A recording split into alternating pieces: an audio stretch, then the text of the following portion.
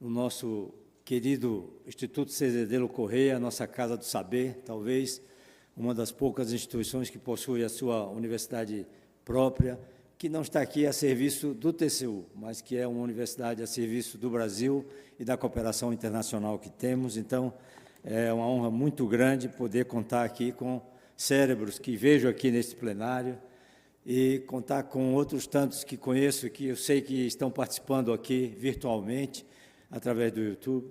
Então, eu tenho certeza que esse evento tem um significado todo especial diante do número de inscritos também virtualmente, das presenças internacionais que temos aqui como palestrantes e também daqueles que estão participando dos nossos vários países amigos, irmãos aqui da OLACEFS. Então, eu sei que durante esse período vocês vão, naturalmente, ter que arranjar um tempo para permitir que haja uma discussão ampla dos temas que aqui serão tratados nesta caminhada, e quero já também, de pronto, registrar e agradecer, em nome de toda a organização do evento, do nome do presidente Vital do Rego, dos nossos colegas ministros, a presença honrosa do eminente ministro Augusto Nardes, que foi presidente da nossa casa, que sempre deu contribuições significativas para esta caminhada. Então, quero aqui agradecer a ele pela presença honrosa e também pelas suas palavras generosas sobre esse trabalho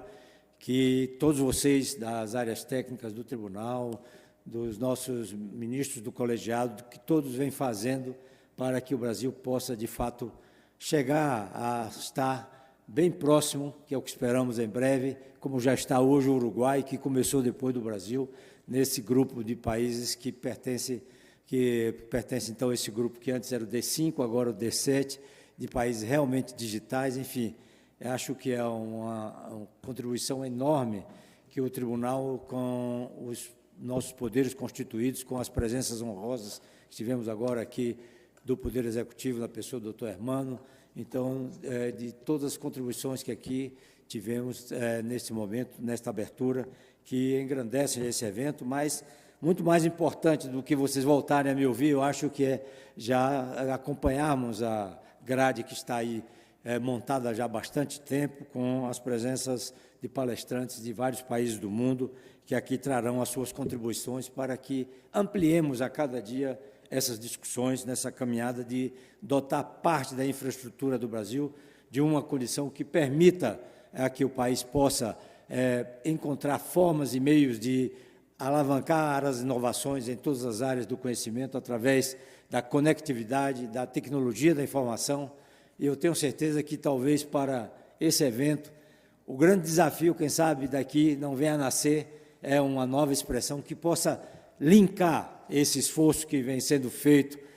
no mundo inteiro, com a coordenação de uma empresa que nós conhecemos, que aqui terá o Dr. Lucas como seu representante na grade de palestrantes que temos, que é a GSMA, que é essa possibilidade de ampliar essa base de conectividade no mundo inteiro, não só em países desenvolvidos,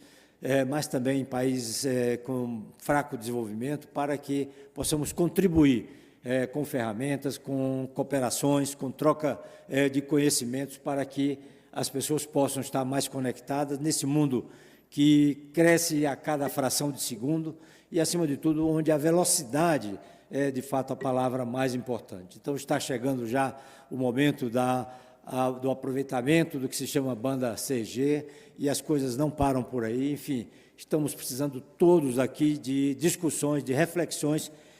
para que possamos, no Brasil, ter essa responsabilidade de induzir a conectividade, principalmente de regiões mais remotas, num país continental, ou de pessoas mais carentes dentro do nosso sistema econômico. Então, além de agradecer aqui as presenças honrosas de todos neste auditório e das centenas de pessoas que estão inscritas e participando desse evento através do YouTube, faço, então, uma saudação toda especial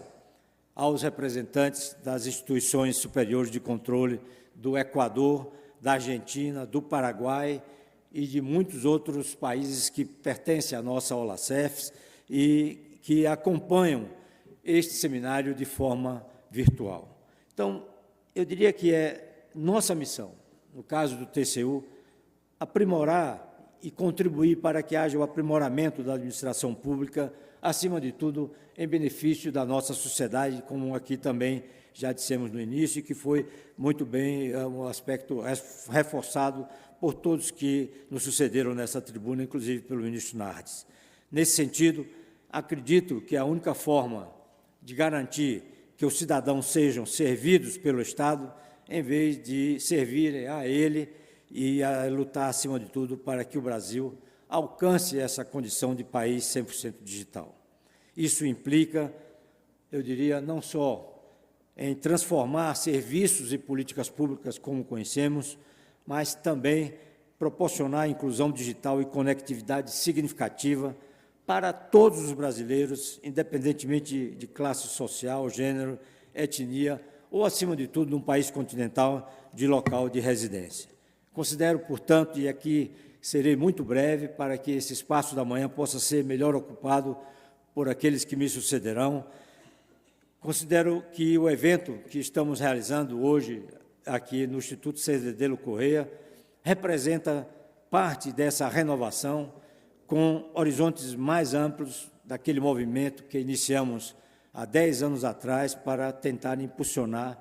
a transformação digital do Brasil. Naquela época, sofríamos, então, com processos burocráticos. Os senhores estão vendo nesse slide aí a importância daquele evento, daquele encontro também internacional, quando aqui estiveram conosco para o início dessa caminhada representantes de 39 países, ou seja, foi um evento internacionalmente muito significativo, e sei que naquele momento pudemos ouvir abordagens de governos eletrônicos que, a rigor, na verdade, não mais que enredavam os cidadãos e em sites e formulários que ampliaram a nossa burocracia e não conseguiram diminuir esse mal internacional, pois carregavam, então, aqueles vícios de uma mentalidade muitas vezes analógica e cartorial. É o que, naquela época, em algum momento, nós usamos aquela expressão que ficou muito conhecida, que é também conhecida lá do meu estado, do meu interior, onde nós buscamos dizer que a nossa intenção era tentar diminuir o que se chamava à época de burrice ocupada. Desde então, graças à adesão dos governantes e à liderança dos servidores públicos engajados nesse trabalho, a oferta de serviços digitais cresceu em quantidade e em qualidade, e até muito bem, a ponto de o Brasil ser reconhecido pela ONU e pelo Banco Mundial como um dos líderes nessa área. Por outro lado, infelizmente, não vimos esse mesmo resultado na dimensão do que mais nós queremos da infraestrutura de telecomunicações. E quando estivemos fazendo várias visitas a instituições acadêmicas pelo mundo afora, numa perspectiva de tentar montar o planejamento da nossa gestão aqui no TCU, lá na Universidade de Colômbia, quando nos reunimos, nós técnicos do TCU, com o eminente professor Alexandre Schenkman, que é um brasileiro que atua nessa área econômica nos Estados Unidos com muito destaque, e ele reuniu uma equipe que se concentrava sobre a economia brasileira permanentemente, e ele, então, nos falou uma coisa que ficou realmente como uma lembrança inesquecível. É que não há a menor chance de que o país alcance um patamar econômico de aumento de produtividade, de incorporação de vários processos inovadores em todos os processos produtivos, sem que o Brasil resolva as suas questões de infraestrutura. Então, ele usou aquela frase: não há a menor chance do país alcançar esse patamar, que não é um chavão, de economia produtiva, sem que isso seja resolvido. E hoje, depois de tanto tempo, de tantos anos, eu estou ainda mais convicto disso. E principalmente nesse momento em que nós estamos discutindo a questão de parte significativa da nossa infraestrutura, que é a conectividade, para que, de fato, o país possa atingir, até porque, com essa infraestrutura forte, nós vamos superar, muito provavelmente, várias deficiências que temos em outras partes do que se chama infraestrutura. Então, por outro lado, infelizmente, não vimos esse mesmo resultado nessa dimensão. E aqui, essa oportunidade que temos, discutindo de novo esse tema no Brasil,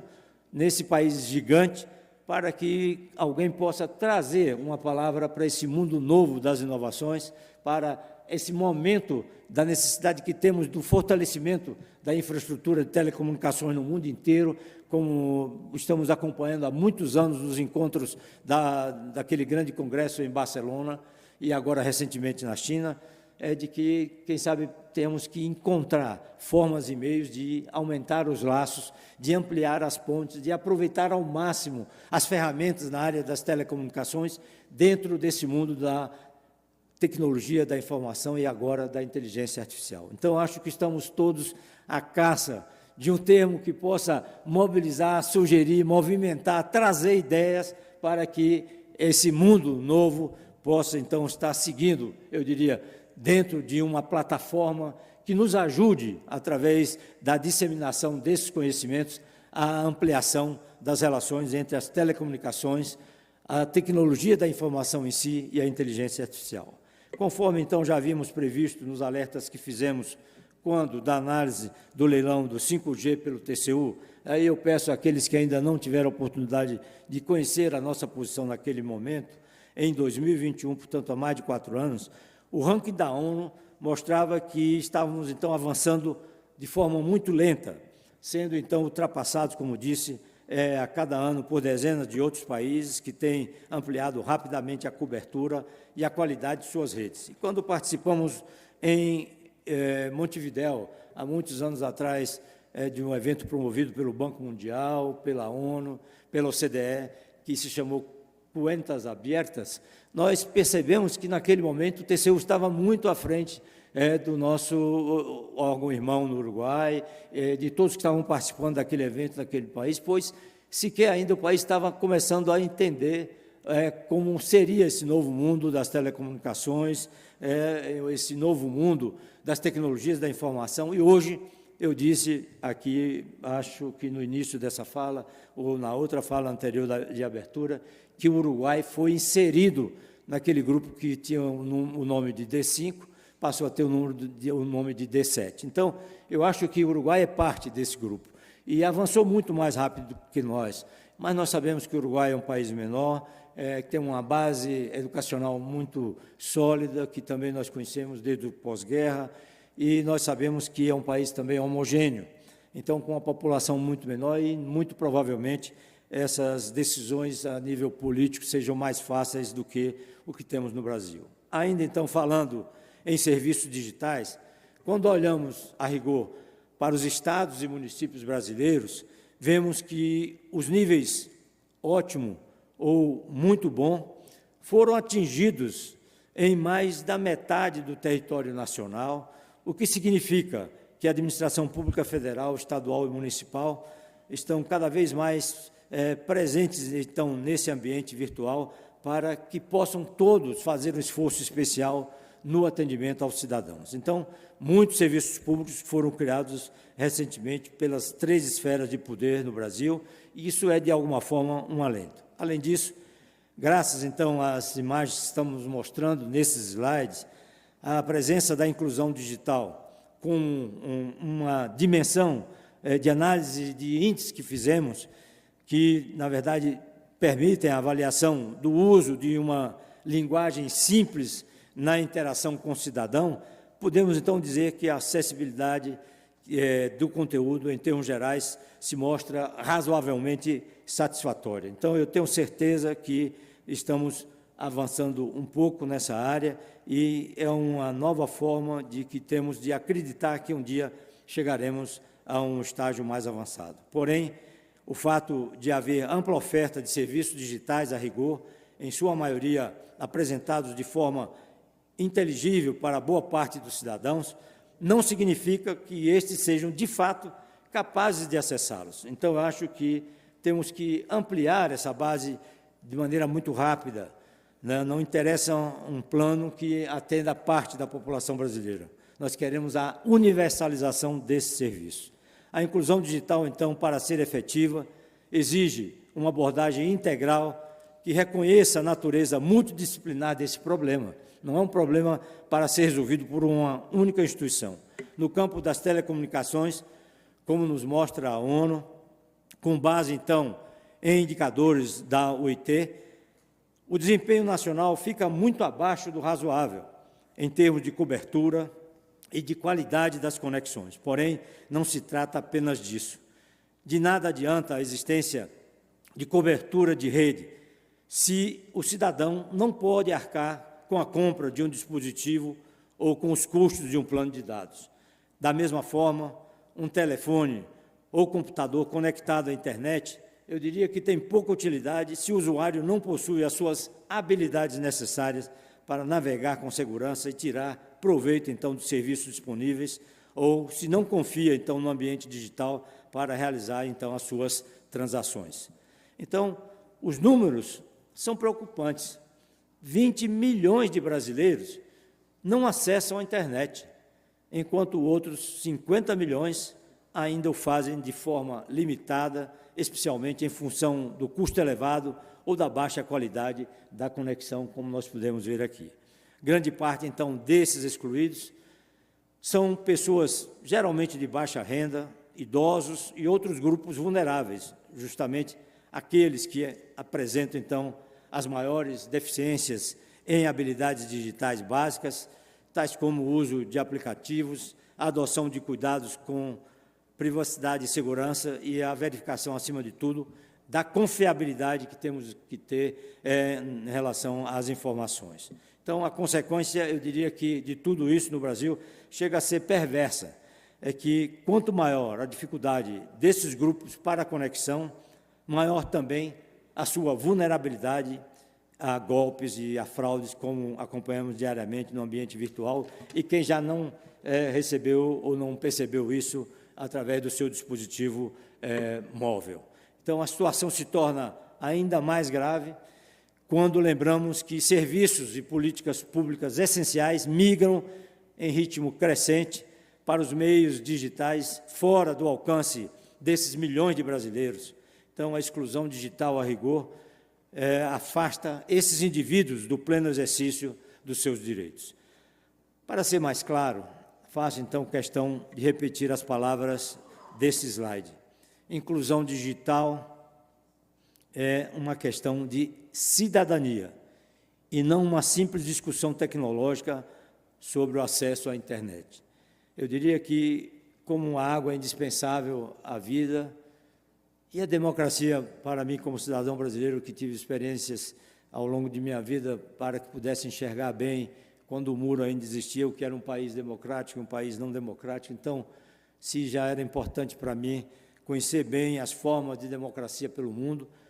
hoje estou muito seguro de que não conseguiria viver sem democracia como não viveria sem a água. Então, eu acho que são os dois bens inalienáveis e eu quero aqui dizer a vocês que acredito que, neste momento, a tecnologia da informação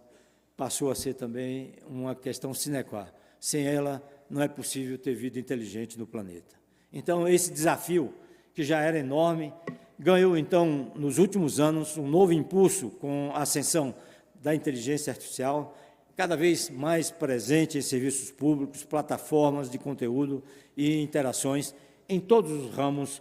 da atividade comercial. Para iniciar, então, essa minha reflexão sobre as relações entre inteligência artificial e inclusão digital, quero aqui, com as devidas vênias, pegar emprestadas, então, as palavras do professor Lawrence Lessig, da Universidade de Harvard. Segundo ele, em vez de tentarmos adivinhar quanto teremos, então, o que todo mundo já está chamando superinteligência artificial, capaz, então, de suplantar a capacidade humana, deveríamos, a rigor, nos preocupar mais com os algoritmos embutidos em redes sociais e outras aplicações que, na verdade, já se mostram capazes de identificar, explorar e amplificar, então, nossas vulnerabilidades. Com certeza, o que se diria que é uma faca de dois gumes. Trata-se, portanto,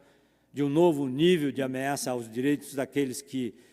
50 milhões de brasileiros não possuem sequer as habilidades básicas para navegar com segurança no meio digital. Então, em resumo, além do cidadão sem conectividade ou condições de acesso, nós, então, teremos agora uma nova categoria de excluídos digitais, indivíduos que, embora conectados, podem ser prejudicados ou manipulados por sistemas que não conseguem compreender. E já naquele voto de 2021, nós consideramos esses aspectos e esses riscos. Como nos alerta, então, o célebre Yuval Harari, em seu último livro, a inteligência artificial tem o potencial para construir o que ele chama de uma nova rede de ilusões, capaz de impedir as gerações futuras de sequer tentar expor as mentiras e ficções criadas ou amplificadas através da inteligência artificial. Ao mesmo tempo, Harari defende que podemos evitar desfechos como esse ao fazermos, então, escolhas conscientes sobre o uso da tecnologia, o que inclui, então, uma regulação apropriada para mitigar os riscos identificados. Na nossa área de atuação e na área correlata e muito próxima do Poder Judiciário, evento que participamos, evento internacional da Argentina, há poucos meses atrás, lá o TCU deixou a sua mensagem, que eu diria mais importante, tornar todas as vozes uma única voz nessa tentativa que temos de minimizar esses riscos. E o Brasil continua sendo um país-alvo com um número exponencial de ataques a cada dia. Então, eu acho que está na hora que tenhamos, dentro do sistema nacional e internacional de controle, dentro do sistema judiciário, pelo menos da América Latina, que possam permitir que haja esse esforço multidisciplinar, eu diria,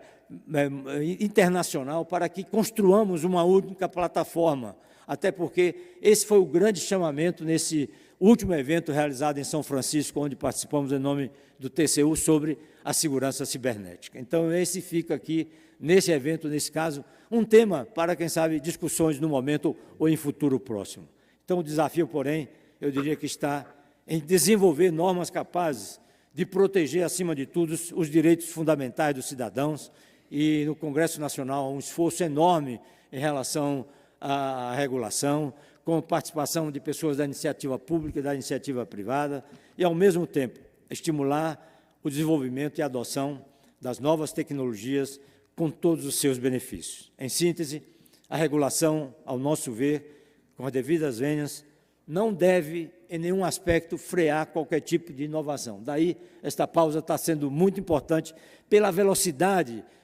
de avanços que tem ocorrido ultimamente, mas sim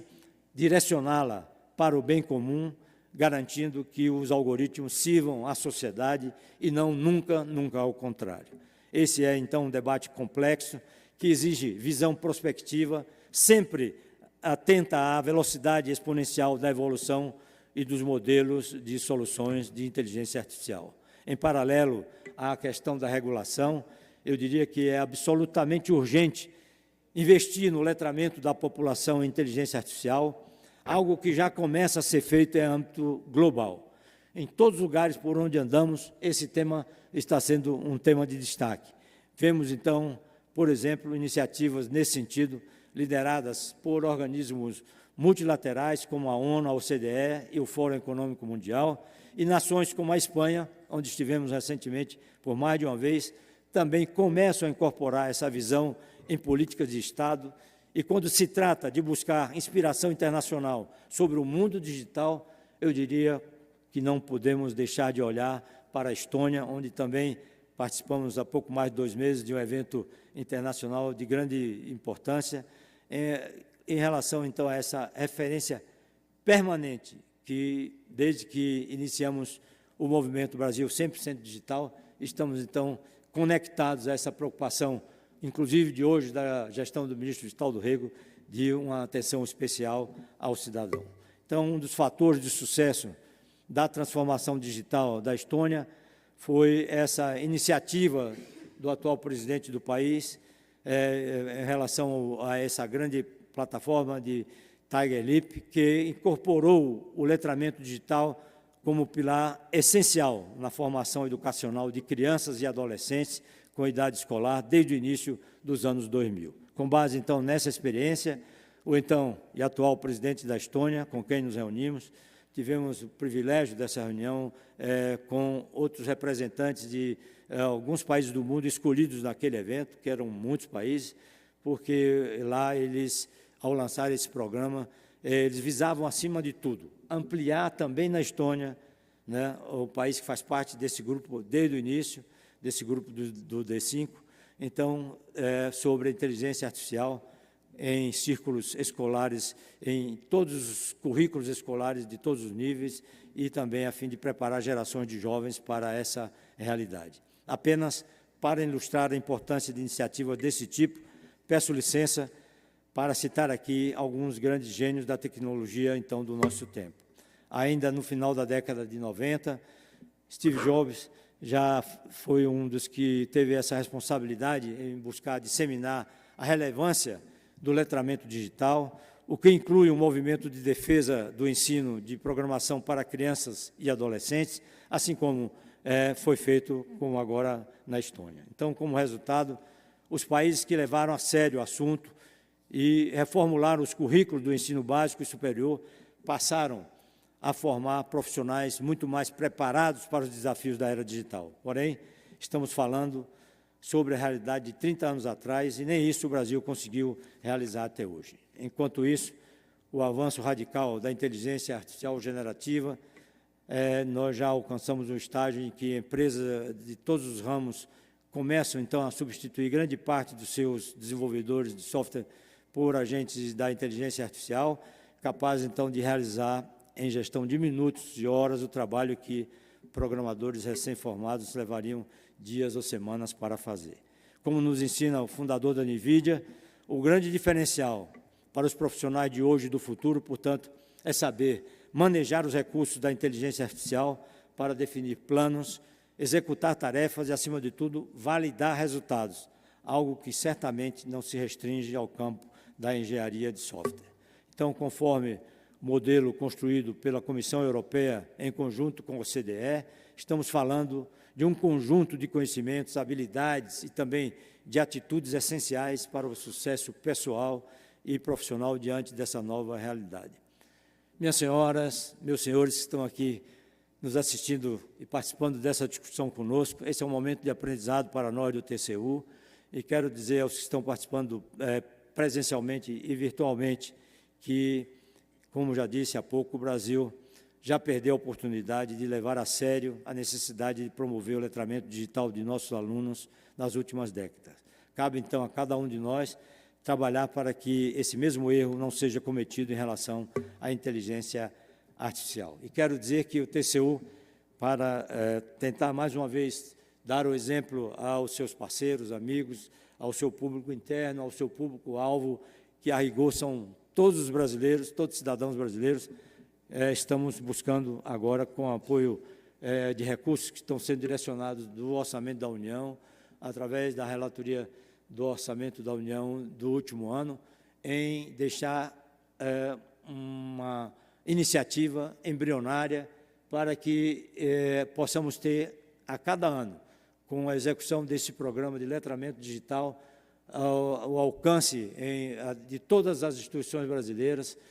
ao alcance de todos os cidadãos brasileiros nessa área, e talvez seja, depois dessa longa caminhada, quem sabe, o legado que vai ficar para que possamos ampliá-lo e para que possamos também contar com as contribuições de todos que estão participando desse evento em vários momentos desse trabalho que já está começando com base na Universidade do Piauí, na Universidade Federal do Piauí. Então, as palavras-chave, então, eu diria que agora, todas que nós conhecemos, cedem lugar a uma única, que é a velocidade. A velocidade. Então, seja, então, nos currículos da educação básica e também da educação superior, ou na gestão de serviços e políticas públicas, a inteligência artificial não é, a rigor, mais um item opcional. É um dever de todos. Da mesma forma que a administração pública tem o dever de usá-la para obter agilidade e qualidade no atendimento às expectativas dos cidadãos, cabe ao Estado promover o letramento e a inteligência artificial da população para que todos possam se beneficiar dos avanços tecnológicos recentes. Como nos lembra, então, o professor Marcel Nobre, trata-se de um ativo de extrema relevância a nível global. Se queremos, então, um Brasil mais desenvolvido, com a economia realmente produtiva, como diria o professor Alexandre Schenkman, é preciso fazer mais. A esse respeito, já estou concluindo, vale a pena lembrar que o Plano Brasileiro de Inteligência Artificial cuja proposta inicial foi apresentada em julho de 2024 e que teve sua versão final publicada somente um ano depois, traz como um de seus eixos estruturantes a capacidade, então, e a nossa capacitação de ampliar os ensinamentos da área da inteligência artificial com investimentos da ordem de 1,2 bilhões de reais. Além da demora na formalização do plano, eu diria que causa especial preocupação a definição da meta de que, após 5 anos, 85% da população adulta tenha apenas conhecimentos básicos sobre inteligência artificial, com foco, então, em seus benefícios e riscos, como conhecemos. A meu ver, trata-se, então, de uma proposta ainda muito pequena, diante do desafio que temos pela frente, e também, eu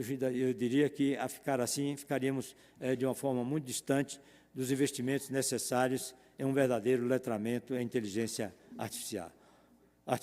Não tenho, então, dúvidas de que tanto a inclusão digital como o letramento em inteligência artificial são desafios de grande complexidade. Por esse motivo, entendo que as soluções dependem da colaboração de diversos atores, envolvendo o setor público, federal, estadual e municipal, bem como universidades, instituições do terceiro setor e iniciativa privada. Eu diria que, em termos simples, cada um traz consigo uma peça para resolver esse quebra-cabeças.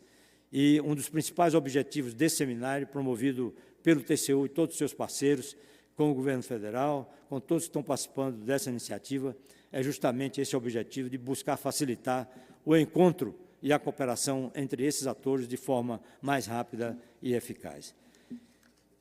Minhas senhoras e meus senhores, já chegando ao fim, infelizmente, meu tempo também como ministro desta casa, que foi para mim uma escola permanente em todos os dias da minha vida pessoal e pública, terminará em breve, pelo limite de idade que nos é imposto pela Constituição Federal. Ainda assim, faço questão aqui de registrar esse meu compromisso de onde quer que eu esteja, a partir de 2026, continuar com vocês nessa luta em desenvolvimento de um Brasil que não seja apenas 100% digital, mas que, a partir de agora, seja, acima de tudo, um país 100% inteligente. Então, nesse sentido, quero aqui deixar com vocês a minha muito simples mensagem final, que possamos juntos continuar trabalhando para que todos os cidadãos brasileiros sejam incluídos nesse novo mundo habilitado pela inteligência artificial e que essa tecnologia seja usada cada vez mais em benefício da nossa sociedade e que foi sempre uma honra poder estar com vocês aprendendo aqui, a Lourdes, sempre cada vez mais, porque essa é uma tarefa de cérebros como aqueles que estão aqui nesse auditório e daqueles que estão participando conosco através das formas virtuais que temos no momento. Então, foi uma honra poder compartilhar com essas reflexões com um público tão qualificado e dizer que eu estou aqui também para, já desde esse primeiro momento, aplaudir a todos aqueles que estão participando presencialmente ou virtualmente, mas também não deixar de aplaudir aqueles que me sucederão dentro da grade que foi estabelecida por vocês para que esse evento promovido pelo TCU possa atingir aquele nível de sucesso e, acima de tudo, de resultados que nós queremos para um país como o Brasil.